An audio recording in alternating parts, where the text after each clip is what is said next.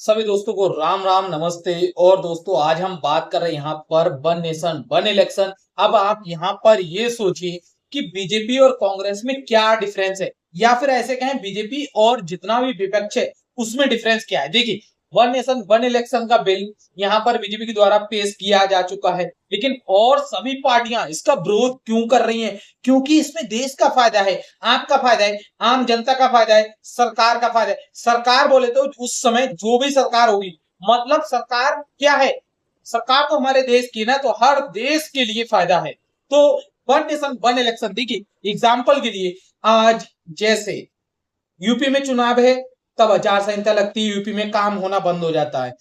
कल झारखंड में चुनाव है तो वहां आचार संहिता लगेगी, वहां काम होना बंद हो जाएगा, कोई भी सरकारी परियोजनाएं नहीं होंगी। परसों बिहार में होगा, वहां पर काम होना बंद हो जाएगा। अगली बार महाराष्ट्र में होगा, जैसे अभी हुआ रिसेंटली। तो इससे क्या फर्क पड़ रहा है कि जो आम जनता है ना, उसके लिए बेनिफिट ये मिल रहा है। और उसके लिए मेन फायदा ये है कि जैसे आप आज जो चीज करने बैठे हैं वो चीज नहीं हो पा रही है, और उसके लिए आपको वेट करना पड़ा है कि अब ये आचार संहिता हटेगी तब हम ये देखेंगे। तो वही चीज है, जब वन नेशन वन इलेक्शन होगा तो एक ही तारीख में पूरे देश में चुनाव होंगे। आपके लिए भी फायदा है, आपका टाइम बचेगा, समय बचेगा, पैसा बचेगा। आप कहीं पर भी हैं, आपको पता है हर साल मुझे इस दिन छुट्टी मिलेगी और इस दिन मुझे घर जाना है, और इस दिन मैं जाकर के वोट अपना दूंगा। और एक ही दिन में आप अपना विधायक, एमपी, एमएलए सब कुछ चुन पाएंगे।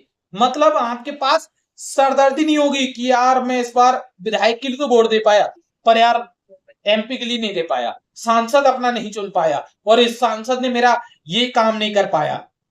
अगर मैं इसको चुन पाता, हो सकता है कई जगह ऐसा हो जहां पर 5 वोट से ही कोई सांसद जीता हो, और आपने, आपका परिवार कहीं बाहर था और किसी कारणवश उस तारीख को नहीं आ पाया और आप उसके खिलाफ वोट देने वाले थे, तो आपका लॉस होगा। तो वही चीज है कि 5 वोट भी बहुत ज्यादा इंपोर्टेंस रखते हैं, वो आपको समझना होगा।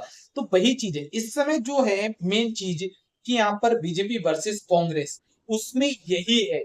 कांग्रेस कभी देश हित में जो काम आते हैं ना उसके लिए नजरअंदाज करती। यार आपको डर क्यों लग रहा है? आप लड़िए, आप भी सरकार में आइए, हम तब आपको भी सपोर्ट करेंगे अगर आप बेहतर काम करेंगे। लेकिन बेहतर काम करना नहीं है, बेफिजूल की बकचोदियां करना है।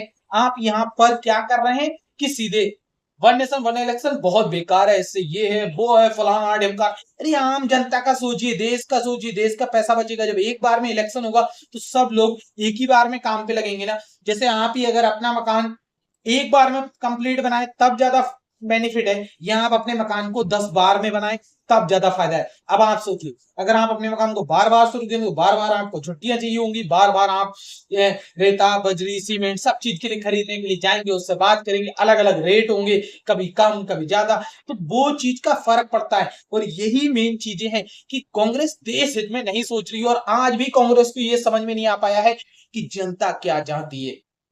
जनता चाहती है देश का फायदा, तो देश का फायदा सोचिए। मैं कांग्रेस का बिल्कुल भी विरोधी नहीं हूं, मैं सिंपल विरोधी हूं उस व्यक्ति का, उस पार्टी का, उस हर चीज का जो देश हित के खिलाफ है।